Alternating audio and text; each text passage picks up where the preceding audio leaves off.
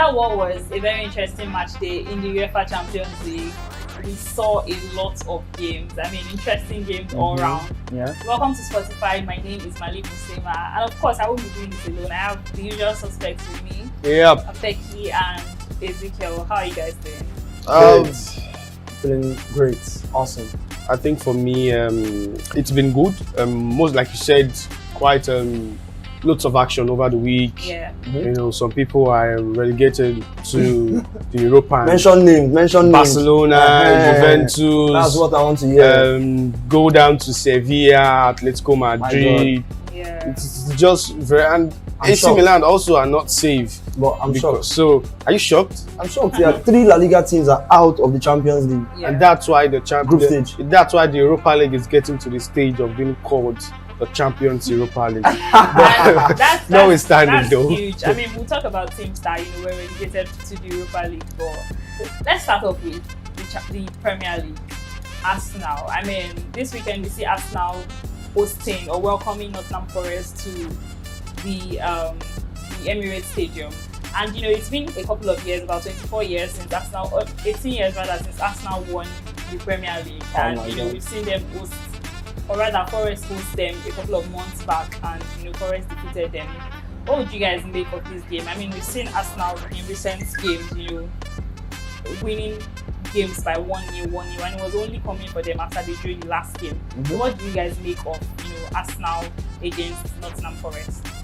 I think Arsenal need to go back to the drawing board. Yeah. Like the drawing board is take those chances.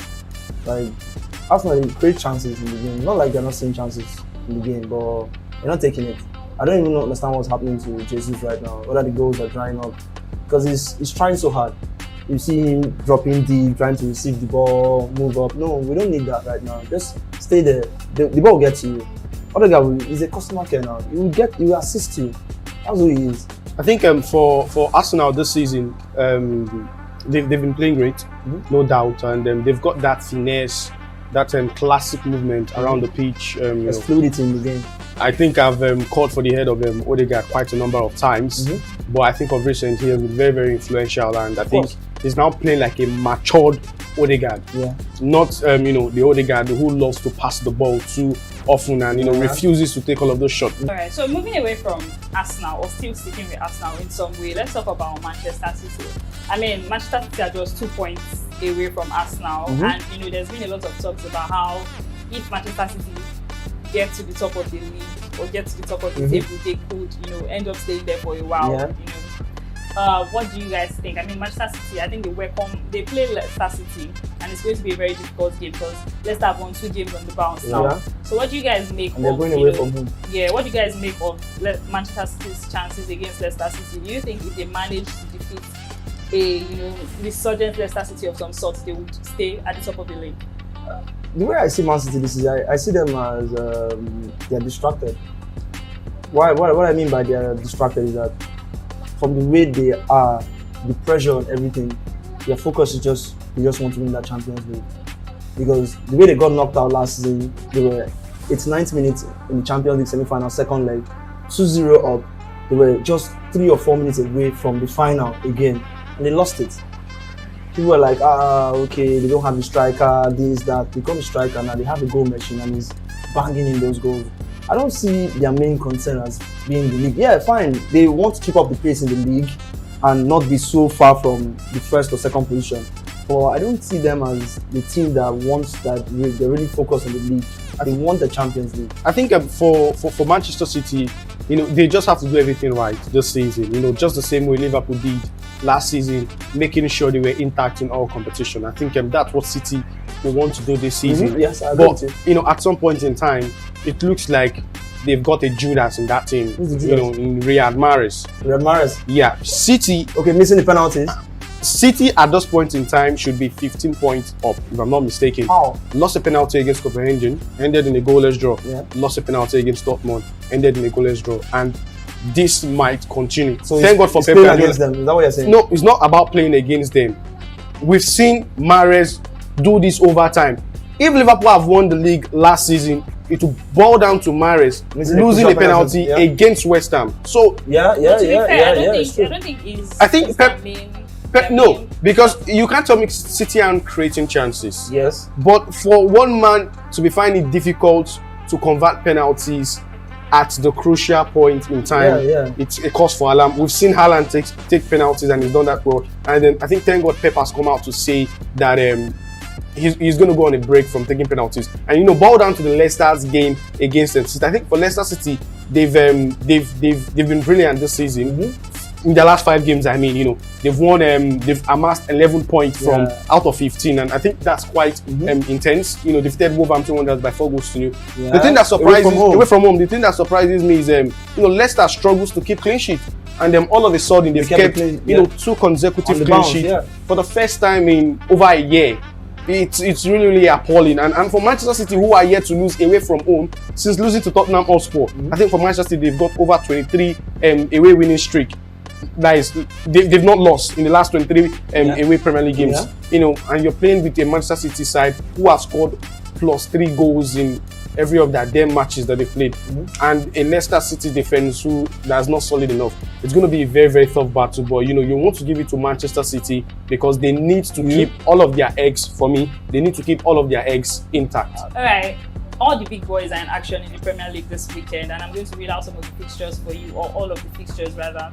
We'll see Leicester City take on Manchester City by 12 p.m. on Saturday. Newcastle United take on Aston Villa. Brighton take on Chelsea. Bournemouth welcome Tottenham. Brentford welcome Wolverhampton Wanderers. Crystal Palace play Southampton. Fulham take on Everton, and of course Liverpool take on Leeds on Saturday. And on Sunday we'll see Arsenal welcome Nottingham Forest, and Manchester United play West Ham United.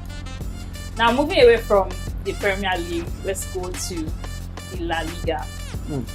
For what some would say, or arguably, is the best league in the world.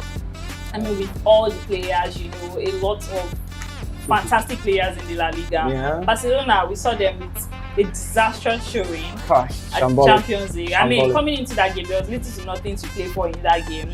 They came into that game already out of the Champions League, knowing that they were confirmed to be in the Europa League. Inter already beat Plzen. But at least they could have shocked the world and just give Bayern 5-0 now. Yeah, I mean they could, but regardless of whatever happened in that game, they were already out. They were already going to the Europa League. But it could be devastating for Barcelona if they lose to Victoria Plzen. Yeah. And they are not in the Europa League. Then they have the competition. Oh my God. Holy smoke. That would be so sweet for me though. I mean, it could also mean Barca end up facing the La Liga and have distractions. But regardless of that, let's talk about Barcelona. I mean, after going out of the Champions League, they play at the weekend and they welcome Valencia, a Gattuso-led Valencia that let's say some would say have not been so fantastic this season. I mean, they have 4 points in 11 games. They lost their last game against Mallorca at home. Yeah, a very disastrous showing for Valencia as well. Not what a side would want to get or not where a side would want to be. What do you guys make of Barcelona game? Do you think they'll come back into that game stronger? Making a statement that they are very different. I see Lewandowski scoring a hat-trick in that game because he'll be so devastated that in a game that normally Lewandowski must take at least, even if he misses the shot, let him just take it. I'm like, oh, Lewandowski, he missed the shot. Yeah. He didn't take one shot against Bayern.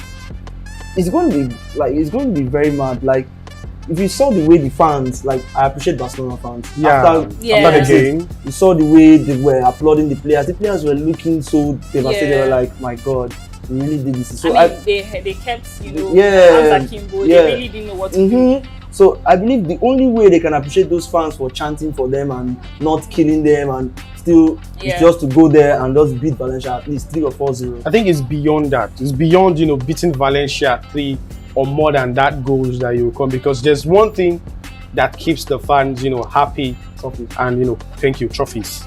And going to a Mestalla stadium, it's a stadium filled with goals. Barcelona won the last one. I think the last 5 encounters have over 16 or 17 goals.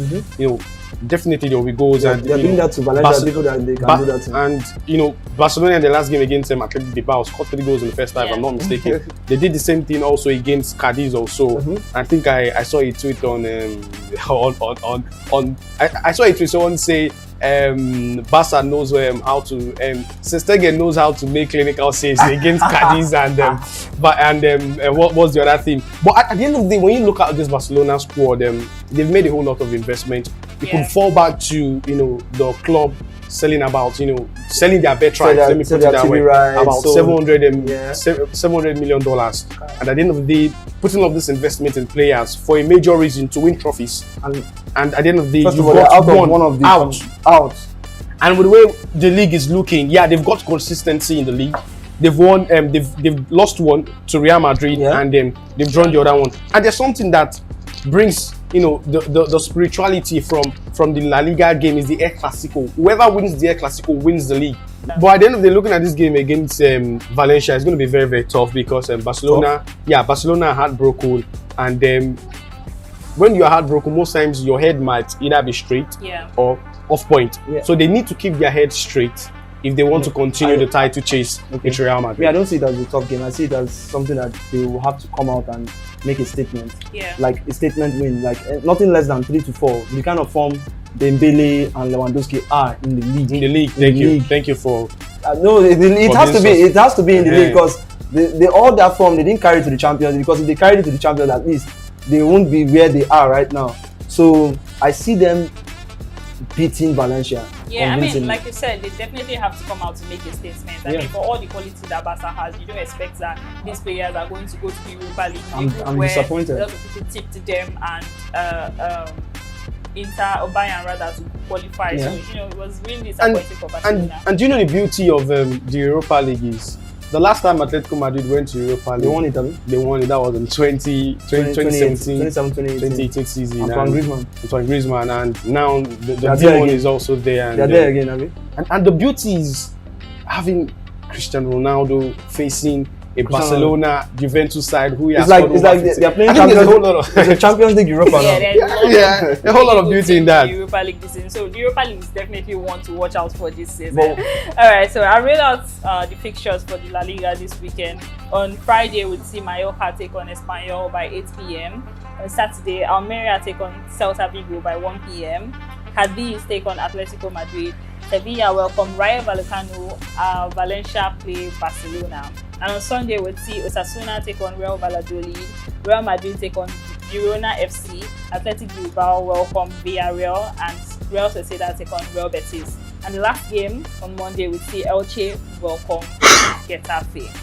Alright guys, so that's, we've exhausted our talking points for today's show. But I mean, it's always, a pleasure to do this with you guys. What is your standout game for this weekend? Standout game. Is it really a standout game? Literally, there's no. I don't think. Yeah, but what's that game that you're looking forward to that you're not going to miss?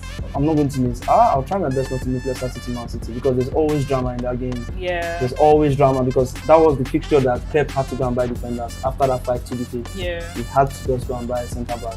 I think for me, one game I would love to get my eyes on is Liverpool, because Liverpool playing in the Champions League, they've been a little bit fantastic, not that 100% fantastic. I mean, they lost their last game. But playing in the league, it looks like another Liverpool who are walking alone. And playing against a Leeds United, you can remember the last 2, 3, 4, 5 fixtures. And there's a particular rivalry going on. Liverpool, there's a huge rivalry between Liverpool and Leeds and the likes. So I think it's one game I would love to watch. And looking at how devastating Liverpool has with their defense, and but they've been brilliant in the Champions League, like I said.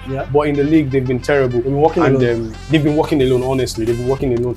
All right. So, like you said, I mean, we hope the God of football delivers, teams into our hands. And our United and Barcelona. Our road to 40 million. Yes. So, thank you very much for watching. Thank you so much. Please make sure you like, comment, share, and of course subscribe. We'll see you in our next one. Let's go. Bless.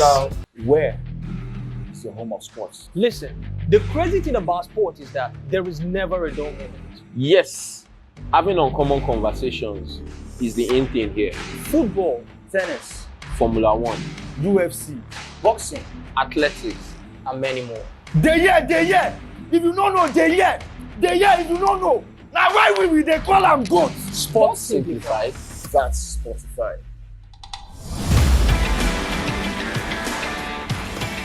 Who be your goats?